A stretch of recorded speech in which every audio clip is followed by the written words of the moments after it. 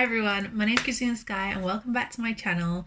Today we are going to be talking about how you're going to start your sugar-free challenge. Oh yeah, get that sugar out of your life. That's what we're going to do today. So buckle up, get your notepad, and let's get started. So let's start off with before you go sugar-free, before you even step into the sugar-free realm. You need to do quite a few things before then. Now, obviously, me going through this journey, I just did whatever I thought was right because I didn't have any examples before me, anyone telling me how to do this. So I'm literally going to give you the answers so you don't have to fumble through like I did. This list I've made for you, I feel like is going to help you to transition a lot easier because it was very hard for me. It was a very hard transition. a lot of stress.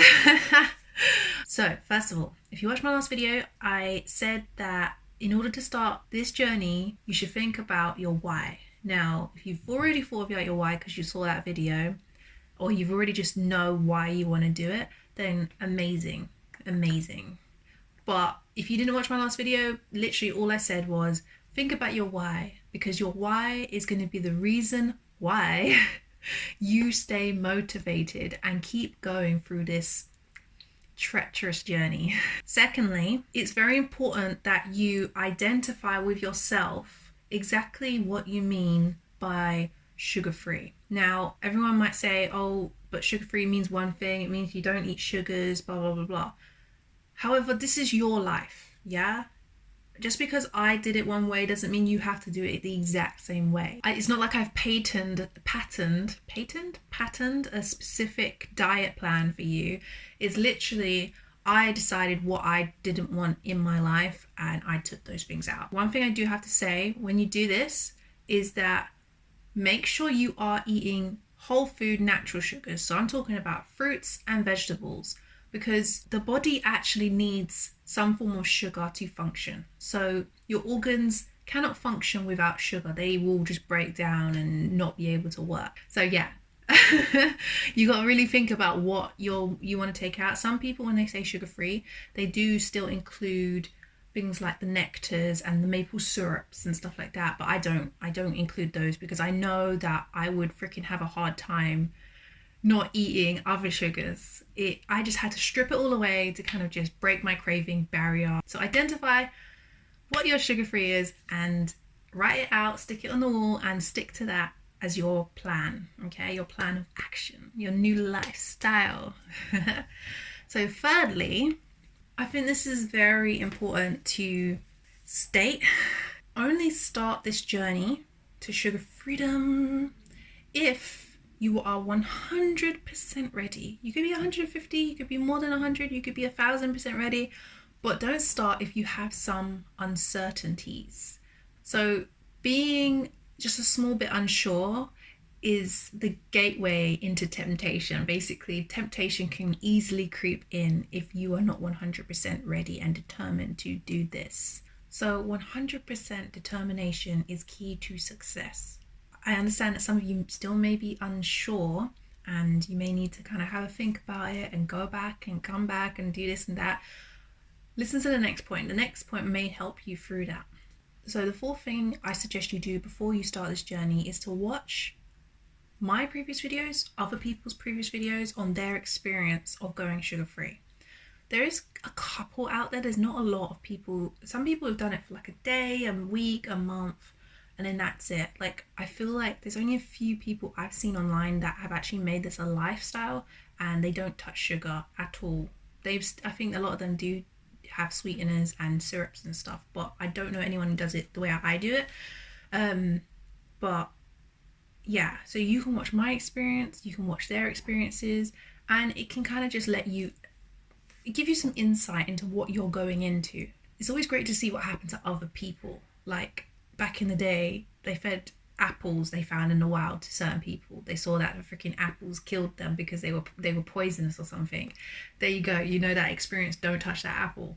Something that I experienced may not be great for you and your lifestyle currently right now. So it's kind of a good thing that to watch other people's experiences. And on the other side of the spectrum, you may see my video or someone else's video and be like, that sounds perfect for me. I want this life. I don't mind the experiences. I don't mind the bads. I like the goods. So let's go. So my fifth thing you should do before you go sugar-free is to figure out your goals. So whether your goal is to lose weight or to fix your mind state, like it helped me fix my mind state so much, oh my God. To kill your cravings, to just, whatever your reason is, whatever your goals are, set them now. Figure out what you want your goals to be, because it's just like your why. It's gonna leave no room, no gateway for the temptation to creep in. Make sure you have goals set, at least. At minimum, you need some goals. Another tip, number 6, try and start this journey when you're on a break. Maybe for the first week at least.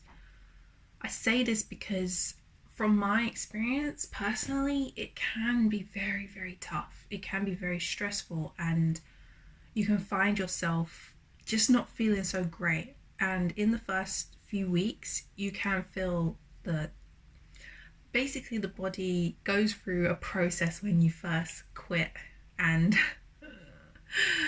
it's not a great place to be when you are like stressed from work or something like that. And if you're studying or you've got exams, do not do this at this current time, because I think you should wait, because it does affect you mentally, it affects you physically, and you need to kind of detox from the sugar that you have been consuming.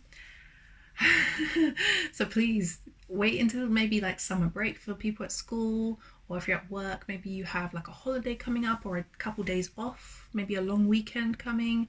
I feel like that would help a lot in the beginning of your journey. So take the journey when you have a break, please. I don't want you to be stressed out any more than what it's gonna do stressing you out. It's not crazy stress. It can be less, it can be like minimal stress, but for me it stressed me out. I know it stressed me out. So your body's gonna go through a journey. It's gonna go through a tough terrain, and it's gonna want to just flop over and be like, I'm done with this life. And it's literally because you're detoxing. You're kind of just like pushing out the old sugars and just kind of clearing up all this body of yours, and it's just a change. It's a big change. So yeah.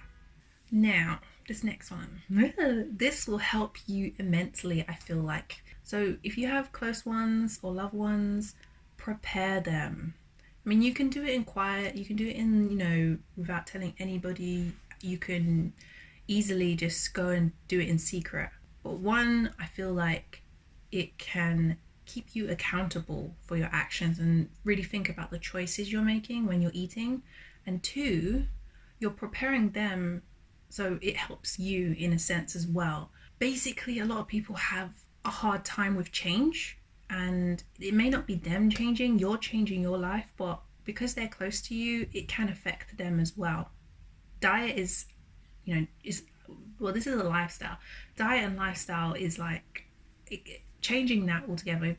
From being going vegan, that was a big change, and that kind of just made people really react to me. So even just going sugar-free is a big change and can really affect the people around you and make them treat you in a certain way that you may not be used to and may not like, and then cause you to fall back on your goals and your things, because you just want to kind of make everyone happy and be cool with everyone and not have the stress of having to deal with people making comments and stuff about your choices.